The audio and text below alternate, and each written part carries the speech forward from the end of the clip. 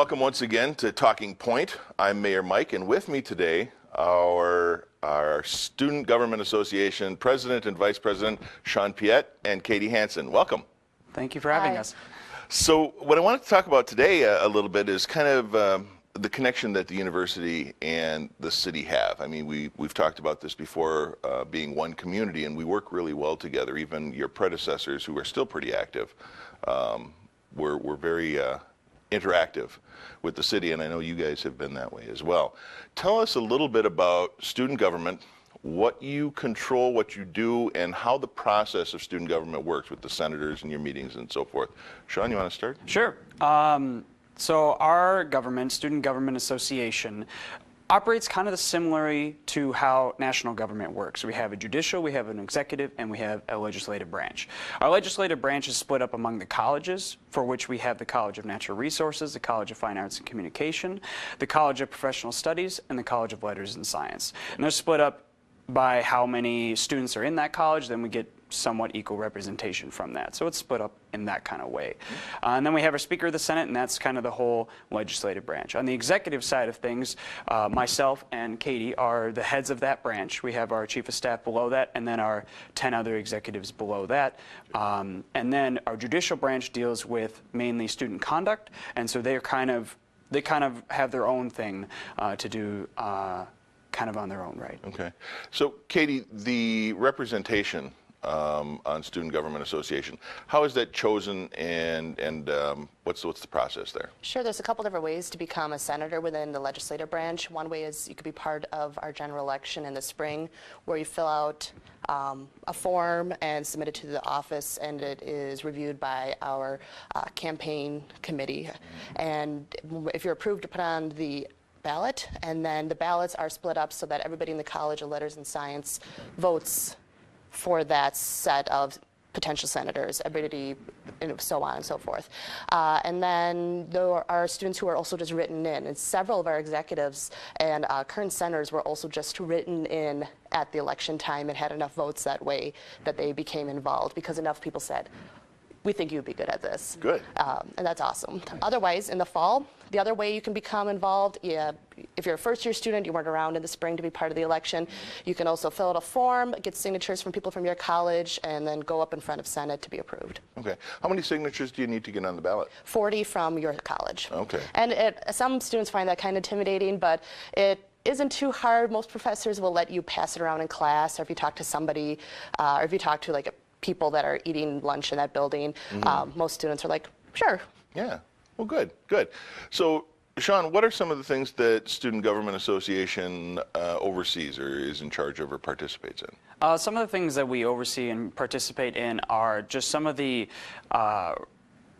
student rights, student privileges, student events and stuff like that. We also oversee, in some kind of way, you could say, of all the student organizations on campus. And maybe not directly oversight, but we do offer money to them to be able to be used for anything that they want to do in their organization. So they come to us, they request a budget, and then we look at them and say, okay, this is what we think is appropriate, this is what we don't think is appropriate. We give them that money, and then they can go off and do all the great things that they need to do as an organization to get that experience to those, to all the students that are on our campus. Some of the other things that we do are, and I shouldn't say we as in myself and Katie, but we have our 10 other executives, and they do wonderful things all the time. Each one of them is dedicated into a specific area. Okay. For instance, how are the areas defined? Areas defined, I'll just kind of name off some of them to give an example. Lucy Delane right now, who is our Environmental and Sustainable Issues Director, she deals with environmental and sustainable issues on campus and trying to work with Dave Barbier, who is the Director of the Sustainability Office on campus, to try and increase the great strides of sustainability that our campus already has and continuing going.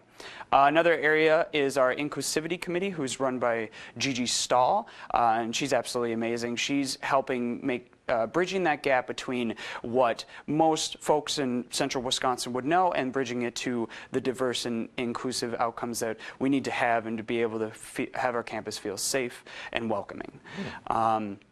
Another area that we work in is Carol Shader. She works with the centers.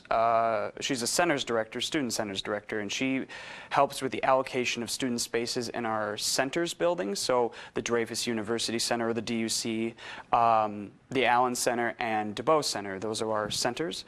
She helps allocate those spaces so that they're used appropriately and for the students. And then another area would be our legislative affairs, who is run by Nick Kazitsky, and he deals with working with the legislature, both at the state, sometimes at the nation, but sometimes works with the Board of Regents to see what legislation is being passed as far as the universities are concerned, and then Wisconsin state itself. So those are some of the examples of how we kind of split up our duties, and each executive is given their role, and we absolutely hire them and trusted them to do those roles effectively. So we kind of just give it off to them, and we're just like, do good things, and they do. Good. So you had mentioned about funding different student organizations, and I got to tell you, there's a lot more student organizations now than there were when I was on campus back in the 80s. Where does the money come from, and what's the process for making the decisions on how to allocate that money, Katie? Sure. So I sit on our segregated university fee allocation committee, which sounds like a big mouthful, but basically all students, in addition to their tuition, they also pay segregated fees. And these are fees that are collected by students to serve student needs outside the classroom. So some of those segregated fees pay for things like the health center, counseling center, tutoring and learning, and really the services that really help students do well while they're on campus. In addition, there are allocable fees, meaning that we get to kind of decide where they go. And so student organizations will present budgets, and then that is held in front of our allocable committee. Okay. We get to hear what they want, and then you know, while like there's certain things that we can't give money to because of UW policy. Like the system policy won't allow money to be used for like certain giveaways over a certain amount, that the money needs to go for things that enrich the students' lives. And if anything that's like, no, that's actually funding academic credit, no, we can't do that. You know, like that money is just supposed to come from tuition funds. Okay. What's your approximate budget for that? Oh, altogether, we're talking millions of dollars. Yeah. Like when you're talking about allocable and non-allocable together. Yeah, it's pretty significant. And you have the same challenges that we experience at the city level, that they experience at the county level, at the state level. There's never enough money to fund all of the good causes. Right. And all of the things that need to be done. So it's very challenging sometimes to try and figure out which one you need to fund at a certain level, and which ones, you know, we maybe can look at alternative funding sources. I know we do that in the city quite a bit with our parks, especially. That we have lots of nonprofits and groups that come out and help on a variety of levels. Do you have something similar with the university where Sure. You know, students volunteer time or Yeah, we're looking at a couple different ways of like reorganizing how we decide how we're going to allocate money. We're encouraging students to do fundraising. We're encouraging students to split costs. Yeah, we would love to fund everything, you know, but I think over the last 5 years, because of how our enrollment is, I think we have approximately like $1 million less to allocate. Yeah. And that you guys are down to it's under 9,000 students now for enrollment. So the enrollment's been declining a few years. I know the chancellor's been working very hard with anybody who can help to try and increase that enrollment. So hopefully things will turn around. Right. Yeah. I'm actually kind of excited. We have a new associate provost for enrollment management starting. That's a mouthful. That is a mouthful. Can you fit that on a card? Sure.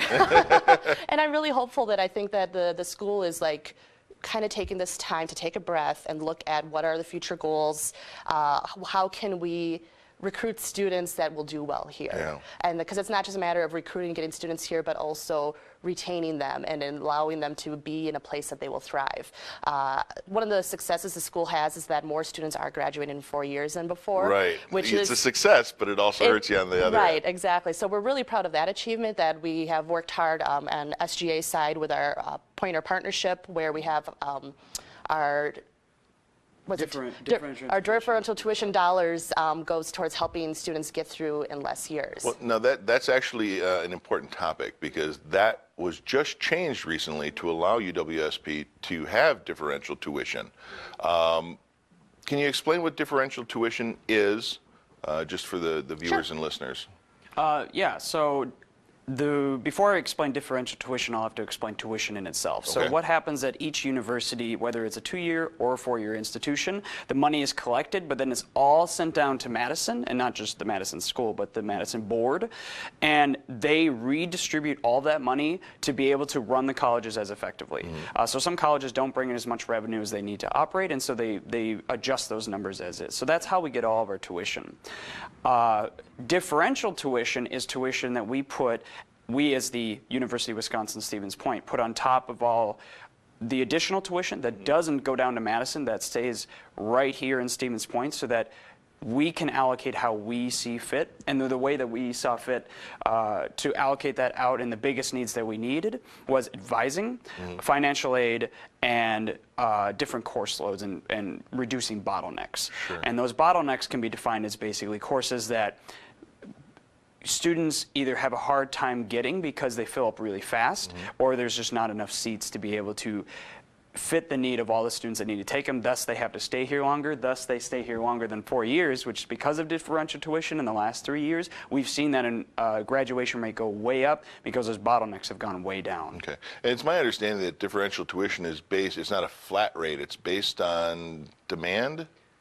It was class demand or something like that? So when it was first initiated, it was based on the, I guess, effect that student would receive. So if it was implemented when I was a senior or a super senior, I wouldn't see the effects right away because super seniors? Yeah, super senior. That's what I am. That's what they would. I wouldn't see as much of the effects as if I was a freshman that same year. So freshmen and sophomores, I believe, had to pay the full amount, which is about $200, and then juniors that year would pay much less, and seniors paid prorated, kind of something like that. That way, they were paying the amount of the effects that they saw. Now, I don't think it's this year, but I think it's next year. Everyone will pay the same rate because that's integrated into the system. So everybody who was here before would have been graduated and moved on. So that should happen this year. Good.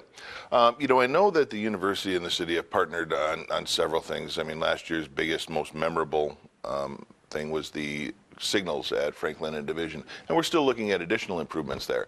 But some of the other things that we have partnered on, I know we've got a university class, as a matter of fact, I think I'm meeting with them today, a solid waste management class looking at an organics diversion program, a composting program for the city. And the students were doing the research and feasibility of that as class credit, and then the city gets the benefit of the end result, which is, yes, it will work, and this is what we should probably do, best practice type things.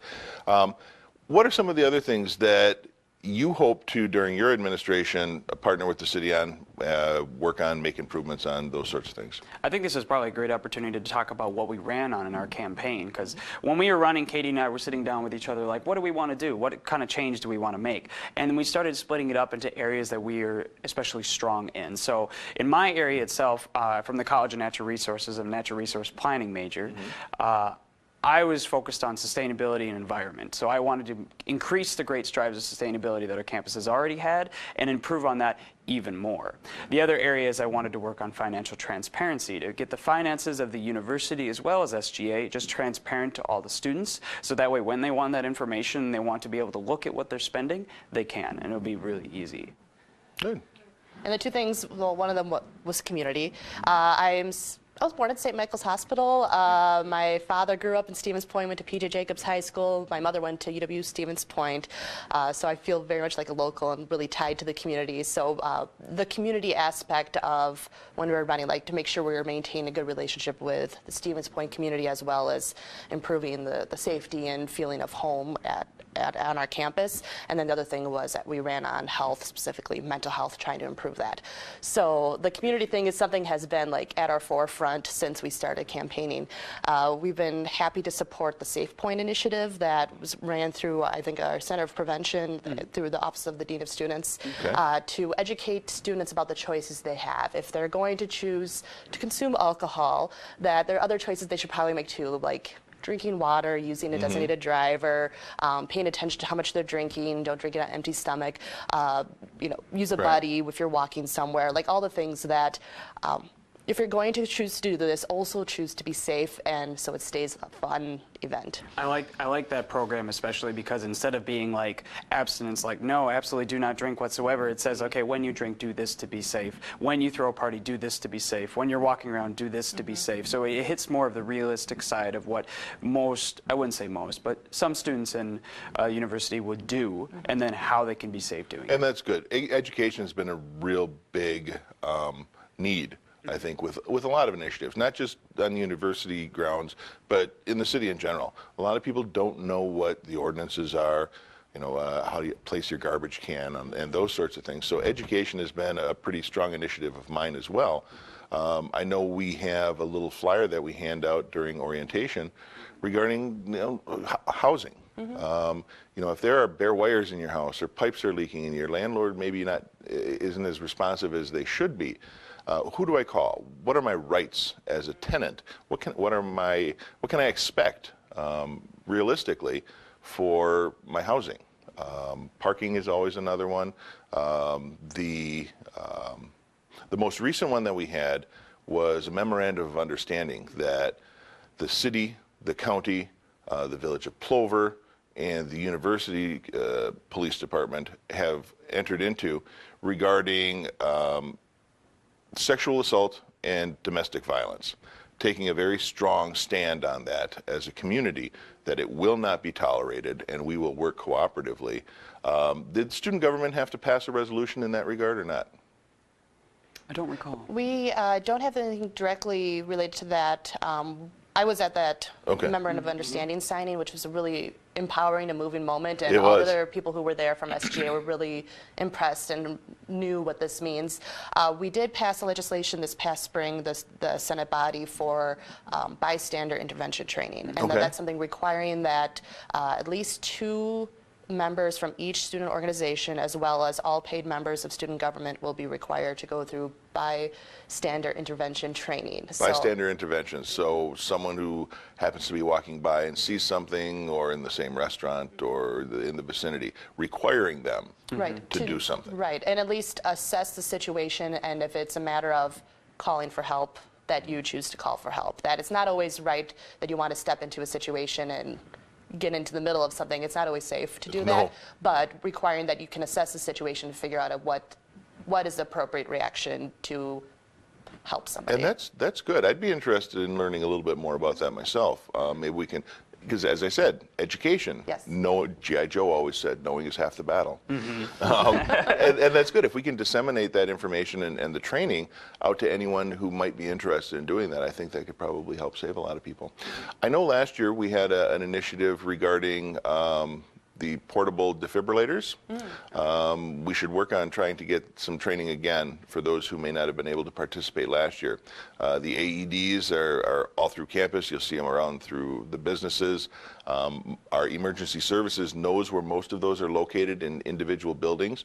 So if someone calls 911 and says someone's having a heart attack, they can, first of all, make sure that the area is clear, get medics en route. We have a 2 paramedic system here in Portage County right now. That works very well. But they can say, okay, down the hall next to the women's bathroom on the wall is the AED. Go grab it. Or have someone go grab that.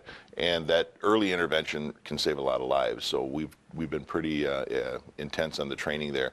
So I'd like to set something up with SGA to do another event like that. Yeah, I do know that on our campus we have about 1,000 employees, student employees on our campus, as well as 1,000 faculty and staff. But I believe the Vice Chancellor of Academic Affairs also requires that everybody who's employed on the campus, as well as myself included when I worked for dining, were required to have first aid or CPR training, or both, if they were integrated together. And in that process, we also learn about AEDs. And so I know I've gone through that process 2 or 3 times now from being employed on campus. So there are a fair number of students who are knowledgeable in that department, which is really good. That's helpful for the community at large. Yeah, we've got a much higher than average success rate for sudden cardiac arrest.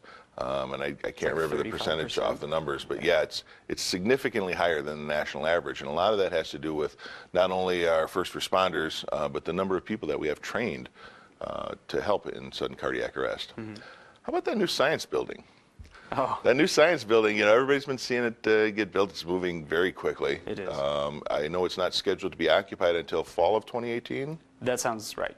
So what involvement did student government have? Can you give us an update on the progress or anything like that? Sure. That building is a very large building. It's not going to be the largest by volume on campus, but it's going to be the single largest project ever done on this campus in one go. It was a building that we've needed for a really long time. The new building is going to be called our biology building. The old one, our science building, wasn't adequate for everything it needed to do. It didn't have enough labs. It didn't have enough space. The cadaver room was behind the chemistry room, and in order to get to the cadaver room, you had to walk through the chemistry room. So it's those sorts of things that didn't allow that building to be safe or just utilized. And that safety part was probably the biggest reason that this building needed to be built, because it just wasn't safe to be doing some of the testing and operation of chemicals and stuff that close to another room that had the same chemicals. So this building, if I remember correctly, will have 2 classrooms, lecture halls, and that's really all it had for lectures, because the science building has plenty of those. But it's going to have 14 or 15 laboratories, a number of them through all the levels, and it's going to have state-of-the-art equipment. It's going to have the bells and whistles. It's going to be really kind of cool. Good. One of the things that SGA has done in partnership with that is we wanted to increase the green side of that building, because it's going to be Silver LEED certified, I believe. And we wanted to put a green roof on one section of it. So SGA got a green fund proposal to put a green roof up there. We were paying for it for a couple years before the building was even enumerated to be built. And then now it's currently being built on top of the, I believe on the 3rd level of the new biology building, that students can just go out there and hang out. So many people may not understand what you mean when you say green roof. Sure. Katie, you want to elaborate on that a little bit? Well, we got to tour it a couple weeks ago, which was really cool. They were just starting to lay out the underlayment. I don't know much about buildings, so I apologize. And it's going to be a better way of processing the water, as well as I think some passive solar energy related stuff where it won't be reflected.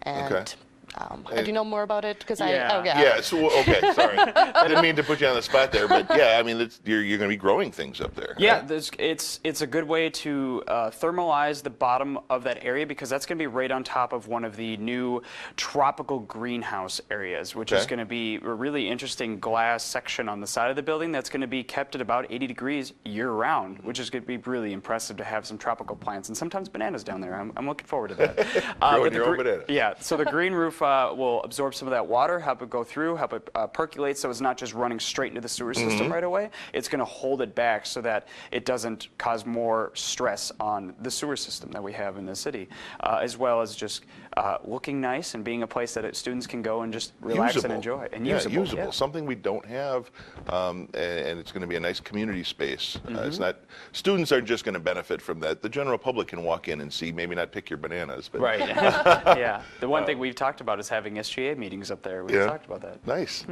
If someone wanted to know what events were going on campus, I assume they can go to a website? Yes, so you can go to the center's website. They usually have most of the activities that are there. And then if it's anything student organization related, they can go to the CASE, which is the Center... Campus Activity. Campus Activities and Involvement Center. Okay. 'Cause there's always so much going on around campus. Exactly. That's part of what makes this community great, is the fact that we have a campus here with such diversity. You have your own theater, we've got concerts, we've got plays. There's always some activity going on around campus that someone's going to be interested in. I know walking through the DUC, back in my day, they did the same thing. You got that wall that's just plastered with all the flyers of all the things that are going on campus. That's still a thing. And it is still a thing, but the wall's bigger now. Yeah, the wall's There's just so much more going on. And there's also so many people and student organizations that table in the concourse of the DUC. Things from just tabling for their organization to selling food there that you can get, selling produce that you can buy and donate to some good cause. Some you can even buy, I saw the recent one was buying flowers that you could buy to help donate for breast cancer. So I thought it was incredible. Our communication and PR director this year, Tegan Griffith, has done an amazing job with getting our outreach out there. She creates a newsletter every week, which is fabulously explain how SGA works and then how we've integrated and just explaining in lots of detail how we work and how we operate. Yeah, and it's great again to have SGA that is active and involved. I've been to some of your meetings, you've come to some of our meetings to speak, really trying to bridge that gap and make it a little more seamless.